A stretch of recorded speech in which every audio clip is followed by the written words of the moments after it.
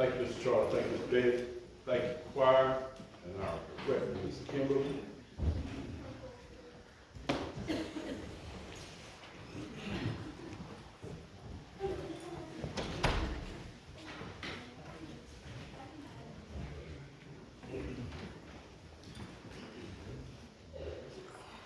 Lord, Father, I ask for prayer. Father God, I thank you for another opportunity to stand in your pulpit. Lord, I ask you as I'm here today, I'll not be a hindrance or stumbling block for anyone. I ask that my words will be according to your will, your way, and your word. Lord, I ask these things all in Jesus' name. Amen. Amen. Some of y'all know I wasn't here last week, so I got a lot built up. I was building up to say I'm going to keep you later, but I'm just kidding. I probably won't. But no guarantees. As is my custom, sometimes I title of the day is Reason or Excuse. That's a question I ask at work a lot. I want you to think about that question. Not just think about the question, but think about the attitude that it points to. Think about the state of mind that it brings you to. What's the difference between a reason and an excuse? See if it looks like anybody's pondering. What's the difference in a reason and an excuse? Well, it makes us feel better if we believe our excuses to be reasons. To start with, that's a big deal right there. If we can talk ourselves into believing that our excuse was a reason, then we feel better.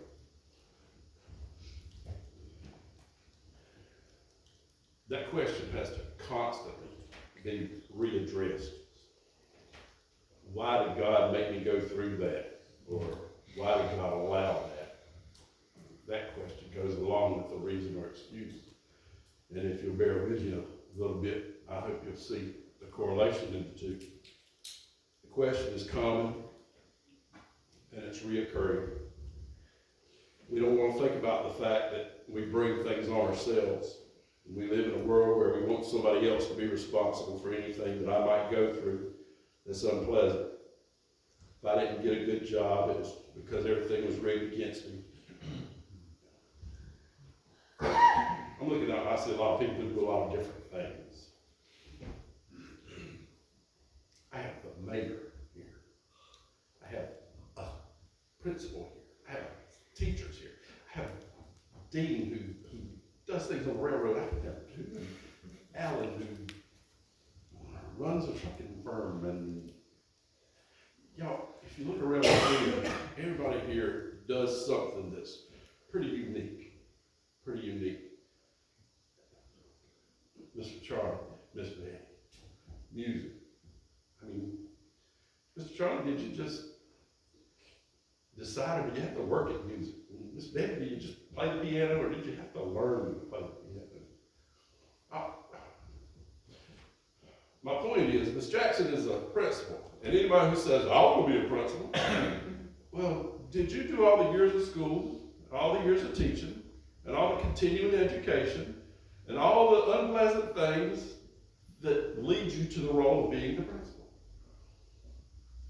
Or did you work at a job that you didn't like for years and years and years, and work hard and harder than anybody else at that job so that you might be promoted, so that you might rise in that company? That was me. Every job I've ever had, I started at the bottom. I started at the bottom, and I had to work hard, and I had to work harder than everybody else, and I had to keep my mouth shut and just do whatever needed to be done. But all too often, people just feel like, and it's common, so common today, because I interview those people. I interview people who come in wanting my job, and they don't want where I started. They want my job.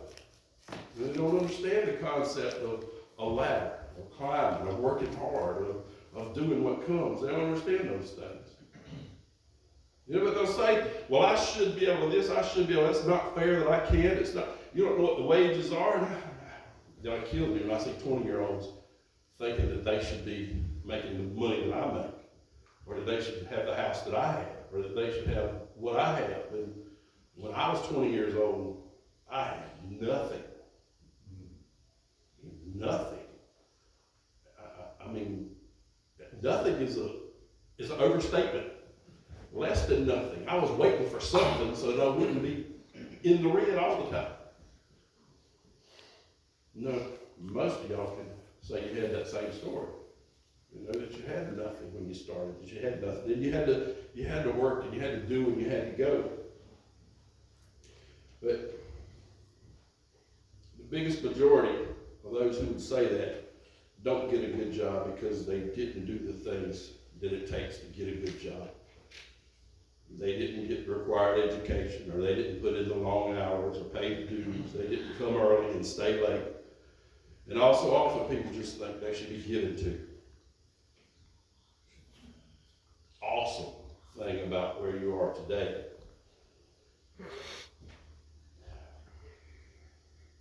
You're in a place where as a Christian you're given a gift that you didn't deserve, that you didn't work for, that nothing about your life said you were worthy of this gift.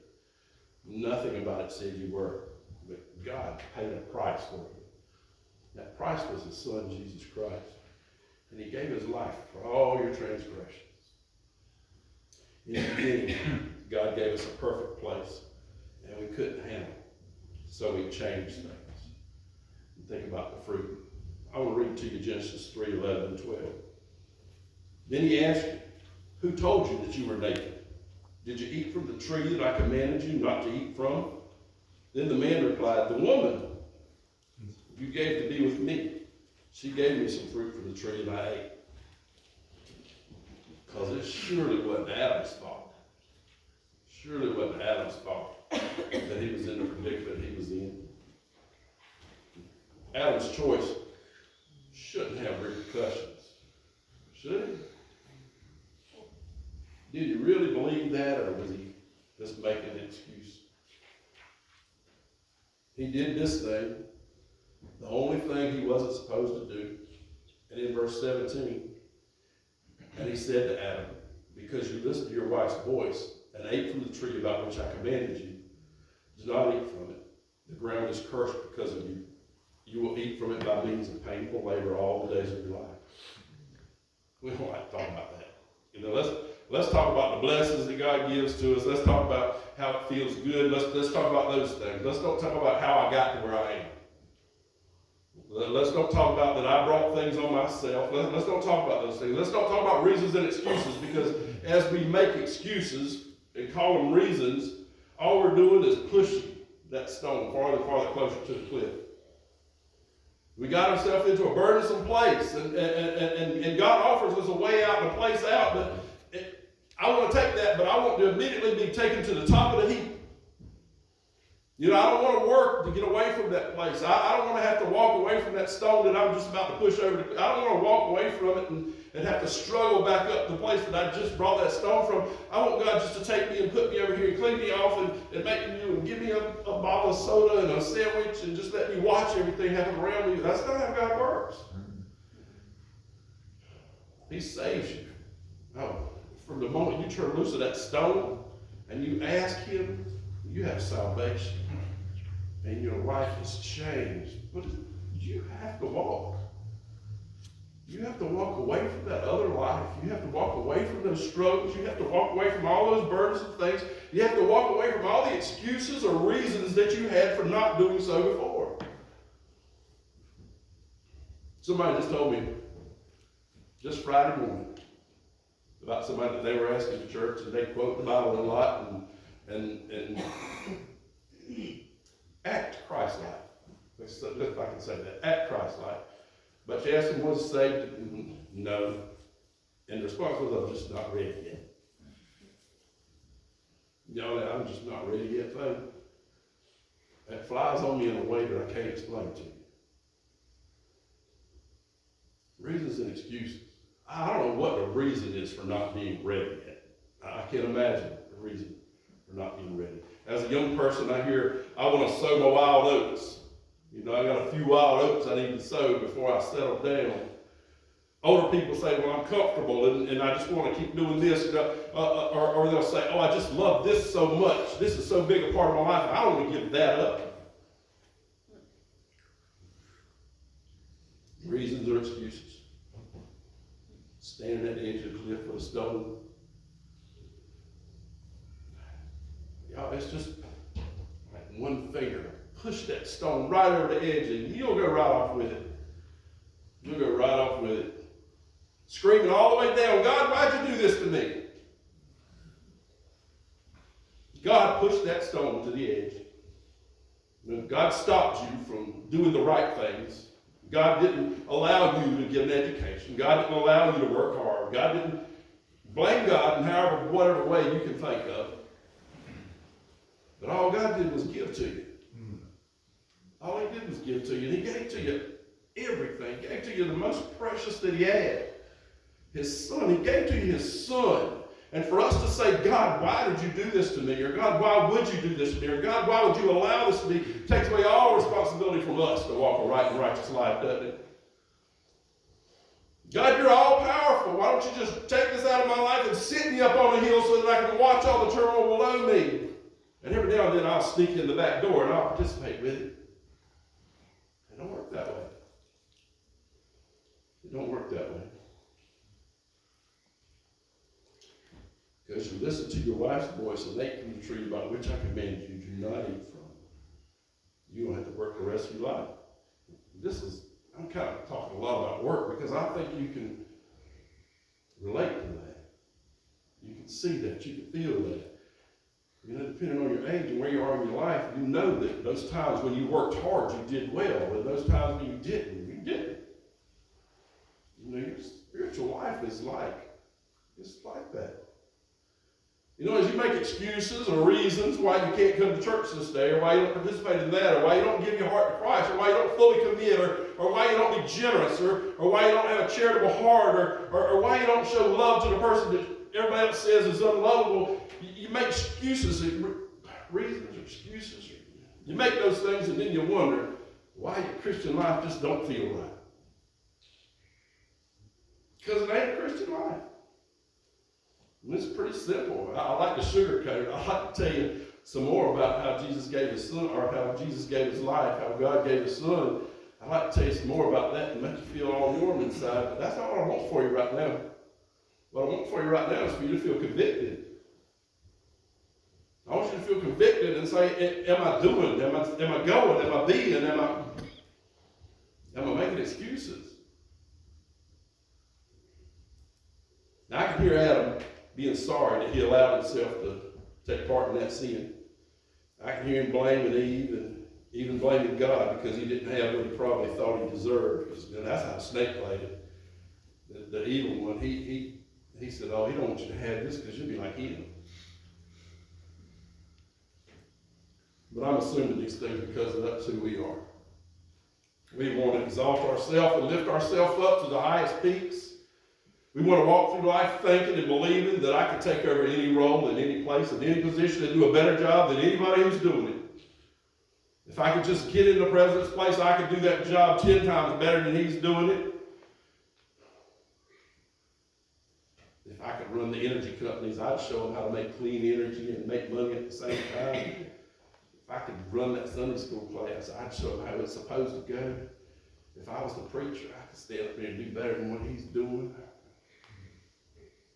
We got all those things in our hearts, don't we? I'm going to tell you something. All those positions, all those things that I just used as examples are available to you. They're available to you. As pastor, 20 years ago at this church, we didn't have quite the number we have, and Hinson folks had a lot of jobs in the church. A lot of jobs in the church. And people would come and say, well, I'd take one of your jobs, and it'd be a little bit like why y'all have all these jobs. And Alan and my daddy in particular would say, which one of my jobs would you like? And that shuts that whole conversation up. That shuts that whole conversation down. It's not that they want the jobs, they want you to know that they can do the job better. And but for reasons and excuses, they would be doing this job. I'm telling you, I stand in the pulpit, and when I take this step this way, it's open. It's open. And my prayer is as I get older, as I get a few years older, that somebody here would be ready and willing and able to take the mantle and go.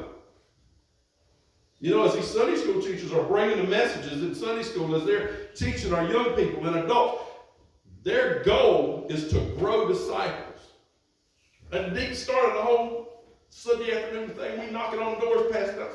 Discipleship training is what it is. It ain't so that you be held down. It's so that you can be pushed forward. Pushed forward.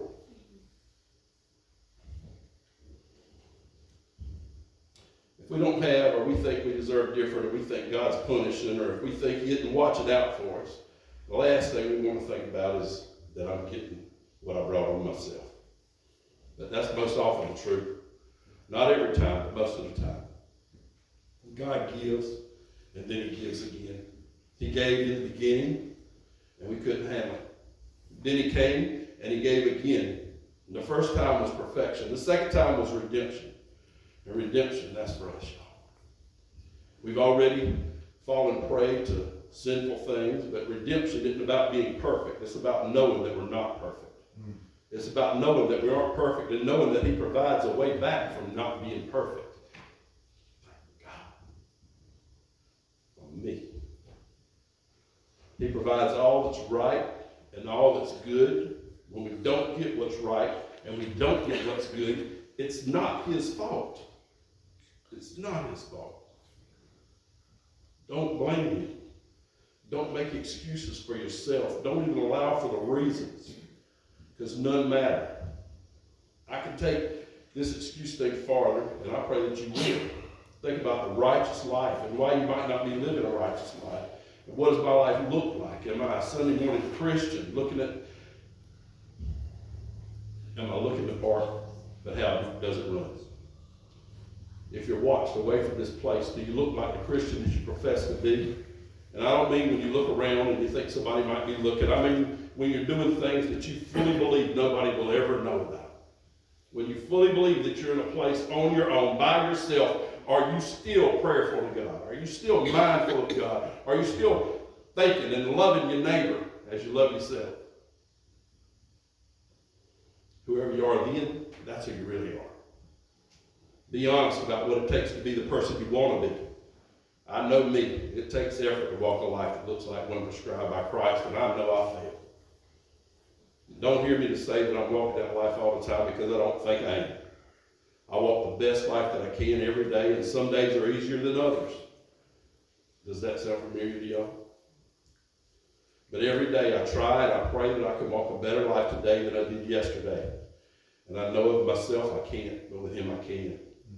Every day I pray that my walk is genuine. Every day that I pray that same thing for you. Every day I pray that through our walks we might make a difference in the lives of those people around us. And as pastor, I know the difference to be made is in a saved and committed life, and nothing else matters. Nothing else matters. It took me a while to get that when you're saved and committed, everything else falls into place. All those blessings that I talked about you having to work for, they come a lot easier when you're saved and you're committed. God showers them and you receive them a lot easier than you do when you're struggling in His face. The difference to be made here is to leave the excuses or even the reasons behind why you can't do this thing or why you can't do that. The difference to be made here is leaving behind the belief that you're the most important person in the world. The difference to be made here is loving your fellow man as much as you love yourself. And that's not my opinion. Matthew 22:36-30-39 says, "Teacher, which command is the law is the greatest?" He said to him, "Love the Lord your God with all your heart, with all your soul, with all your mind. This is the greatest and most important command. The second is like it. Love your neighbor as yourself." I'll read that to you. Y'all know that verse, but I'll read that to you because that's His words, not mine. That's His words. No more excuses, no more reasons. I think if excuses and reasons were legitimate, what might He have said on the way to the cross? What kind of butts might He have come up with on His way to the cross? As they questioned Him and said, "Oh, you believe yourself to be the Son of God?" What excuse might He make? "Well, you guys just misunderstood." He didn't do that. Make any excuse. He didn't do any of that. I don't have that. I don't have that ability, that capability. That can't be part of my DNA or my thinking.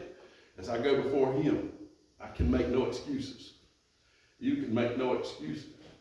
What you do need to do is you need to stand before him open. Completely open. Open book, bearing everything to him and telling him, yes, Lord, that was me. Yes, Lord, I did that. Yes, Lord, I said that. Yes, Lord, I thought that. And you allow him to take it from you. Allow him to take it from you. Because apart from that, you're lost. That's the only matter here. The only matter here.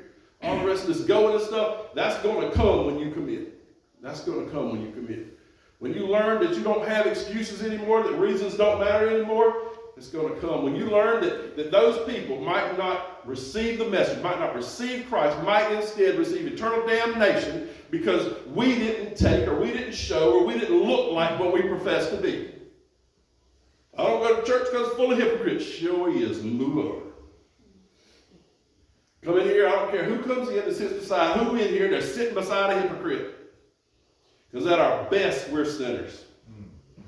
At our best, we're still sinners. That one moment when I say, Lord, forgive me, Father, forgive me, I'm crystal clean, crystal clear, and the next moment, the sinner I am again. Hypocrites, the place is full of them. Welcome some more in. Welcome some more in. Struggling people, this place is full of them. Welcome some more in. Working people, full of them. Welcome some more in. Loving people, giving people, this place is full of them. Welcome some more in. We're going to have a hymn of invitation. I'm going to ask our musicians to come forward. After this invitation, now I'm going to ask you to do something a little different. If you're able, I want you to get up and walk out the front door to the front lawn. And just for a moment, if you're not able, don't do it.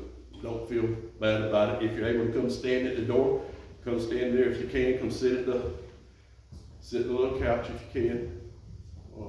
If you can't, it's all right. A little surprise. Right now, the time is at hand for you to submit, for you to quit, for you to give in, for you to give up, for you to give it all to him. Now is that time. Whatever you need. If it's for the first time, come to this place. If you're a Christian and you're recommitted, come to this place. If you're lost, you got something. If you want to praise his name, come to this place. But whatever it is, don't think because you didn't come here that you got away. Because you don't even have to come here. You can sit where you are, and you can pray, and you can praise, and you can receive him, and you can do all those things where you are, and he ain't going to let you sit there with your hands in your lap, with your hands on your hip. He ain't going to let you sit there without calling on you. And I know he's calling you. I know he's calling you. I don't know what he's calling you to. Repentance, forgiveness, move on. I don't know what he's calling you to, but I know he's calling. As we sing, y'all be your business with him. 275. 275.